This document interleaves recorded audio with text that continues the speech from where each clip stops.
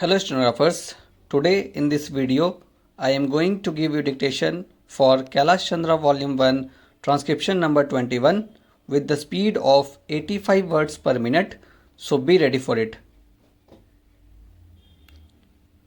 5 seconds to go.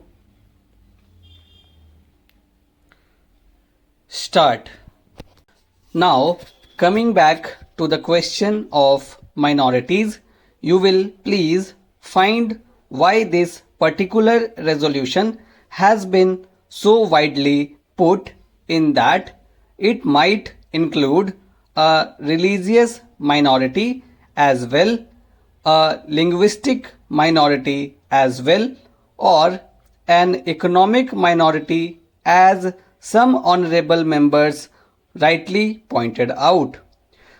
Now, sir, a question arises whether there ought to be any such protection in so far as a particular type of minority is concerned.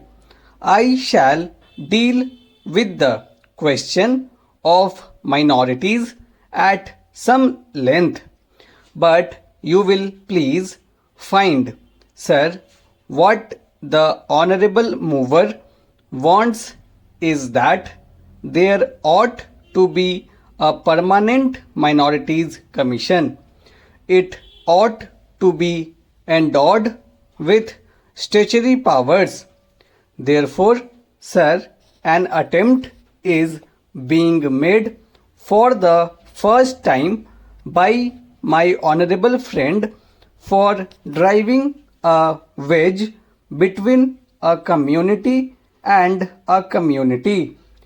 So far as the Constitution is concerned, as my honorable friend rightly pointed out, whenever the question of minorities arises, we have to be extremely careful. The Constitution is a very sacred document which has embodied all the different aspects of the common question of India's nationality. India is one in spite of different types of languages and religions. But in the midst of all these diversities, we have to develop a common nationality. Therefore, whenever we consider the question of the development of the nation and the interest of the nation, you cannot afford to think in terms either of religion or of language. It is true, sir, that there are different religions. It is also true that there are different languages. Therefore, a question arose and the farmers of the Constitution had to devise a constitution in the midst of the unity of India with certain diversities here and there. For that purpose, what they did was they devised a common nationality for the whole of India, and insofar as religious minorities were concerned, they were given certain rights.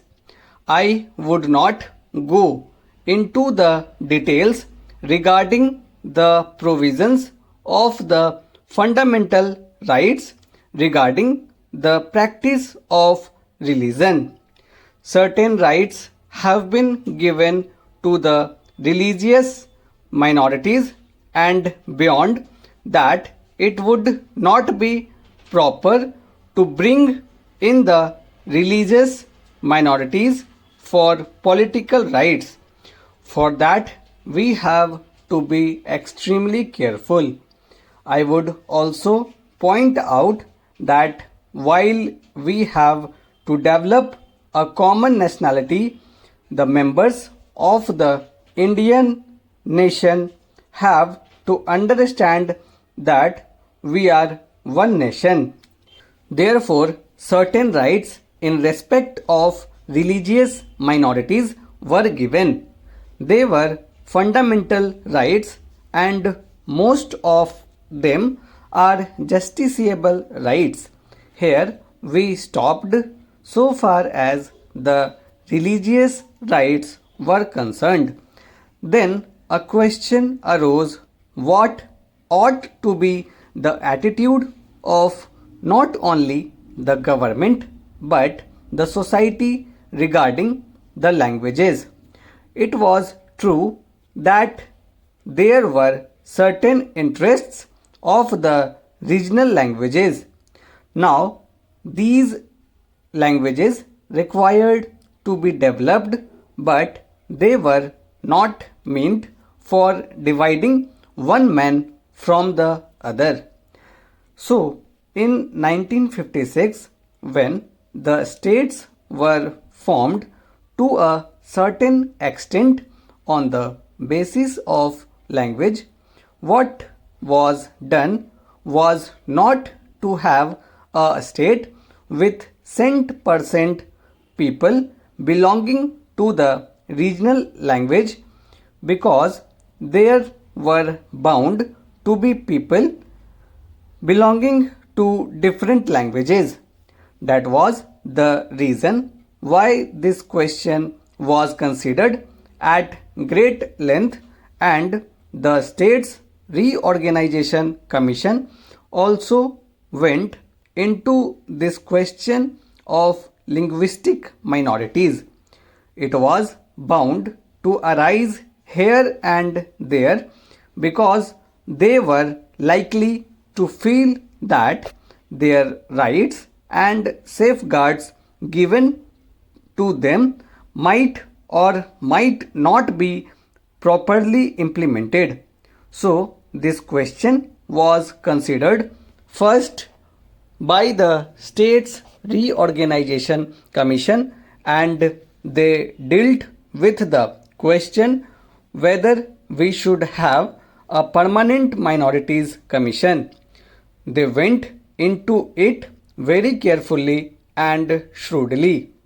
They found out that it would not be proper to set up a permanent minorities commission, because the result, if not the actual effect, would be that a permanent wedge would be driven between one community and another community. So far as language minorities were concerned, they had a right so far as their own languages were concerned. They had also an obligation to understand the language of the majority in the particular states.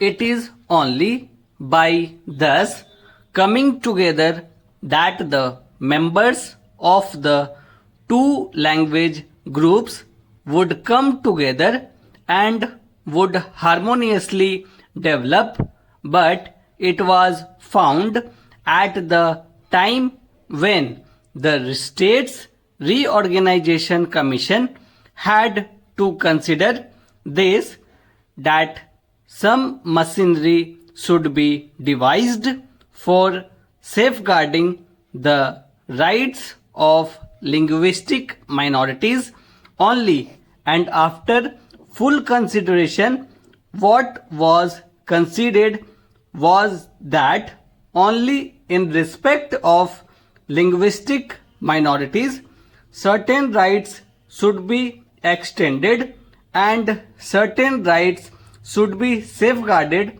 and an officer should be appointed by the President for making a report on the question whether these rights of the linguistic minorities are or are not properly safeguarded.